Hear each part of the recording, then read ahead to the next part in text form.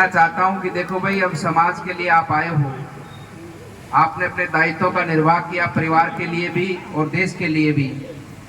अब समाज के उत्थान के लिए आपको अपने जीवन को लगाना है, देश को आगे बढ़ाने के लिए अपने जीवन को लगाना है। और बेटा तो फौज में है ही, तो आपको परिवार की कोई चिंता नहीं है। और समाज के उत्थान के लिए सबसे बढ़िया काम अगर किसी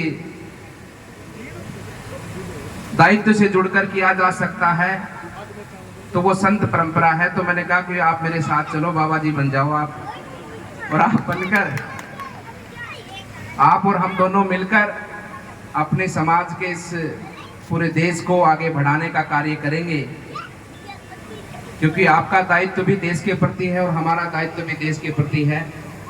और सबसे बड़ी सेवा एक संन्यास परंपरा के माध्यम से समाज की हो सकती है, और उसी को निभाते हुए हम सब लोग आगे बढ़े। लेकिन संत बनना आवश्यक नहीं है। संत के विचार अपने मन में रखकर, जिस भांति संत कभी भी किसी में भेदभाव नहीं करता, सबको समान रूप से लेकर आगे बढ़ता है। और आपको भी अपने जीवन के अंदर इसी स्वरूप से आगे काम करना है, क्योंकि आपको अभी समाज को देने का समय आया है। अब से पूर्व देश के लोगों ने, समाज ने, परिवार ने, माता पिता ने, सबने आपको दिया है, आपका लालन पालन किया, आपको अच्छी शिक्षा दी। देश के लोगों ने आपको फौज के अंदर कार्यरत रहते परिवार को चलाने योग्य आपको वेतनमान दिया, आगे भी मिलेगा। लेकिन एक व्यक्तित्व का जीवन यही होता है, और इसीलिए गृहस्थ जीवन को सबसे बड़ा जीवन कहा गया है। उसके अलग अलग चरण हैं, और जो वर्तमान चरण जो आपका आया है, अब समाज को कुछ देने का आया है। आपके माध्यम से हमारे युवाओं के अंदर अच्छे संस्कार आए, आपके माध्यम से समाज में अच्छी व्यवस्था कायम हो, समाज में भाईचारा बढ़े, और आपके माध्यम से जो भी समाज में चाहे विकास के कार्य आते हों, चाहे योजनाओं के माध्यम से गरीब व्यक्ति का भला होता हो, आपके माध्यम से उन योजनाओं को जन जागरण करके, लोगों को जागृत करके, उनको जोड़कर लोगों को ज़्यादा से ज़्यादा लाभ मिले, इस भावना के साथ में अपना जीवन आप निरंतर आगे बढ़ाएंगे। मैं आज अपने गांव के बीच में आया हूं, और इस अवसर पर संदीप दाइमा भी यहां पर विराजमान है, सानू जी भी विराजमान है, और सभी प्रमुख लोग हमारे यहाँ से, पार्षद भी हैं, सभी लोग यहाँ पर विराजमान हैं। आपके बीच में आने का अवसर मिला है, और मुझे भली भांति ध्यान है कि तिजारा चुनाव के अंदर, चुनाव तो हम तिजारा में लड़ रहे थे, वहाँ की जनता ने हमको वोट करना था, लेकिन आपकी भी अंतरात्मा हमारे साथ थी, आपकी शुभकामनाएं हमारे साथ थी।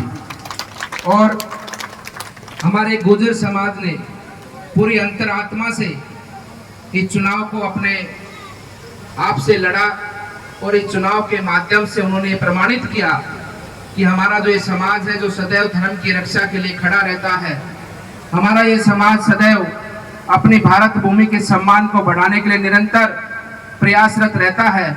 आप सबकी एकजुटता ने वो विजय श्री का प्रसाद हम सबको ग्रहण करने का अवसर दिया।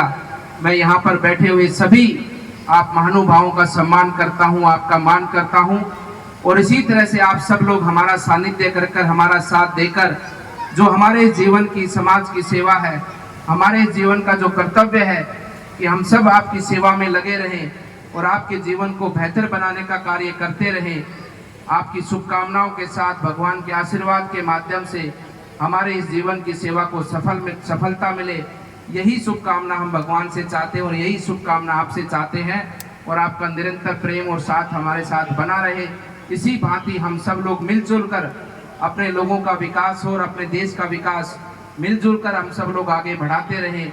आपका प्रेम और आशीर्वाद हम सबको प्राप्त होता रहे, और हमारा भी जीवन इस समाज सेवा के अंदर बिना किसी रुकावट के, बिना किसी थकावट के, और बिना किसी भेदभाव के, और बिना अपने कदमों को डगमगाए बगैर केवल और केवल यही भावना मन में निरंतर प्रभावित करती रहे कि हमें केवल और केवल समाज की सेवा करनी, अपने देश की सेवा करनी है।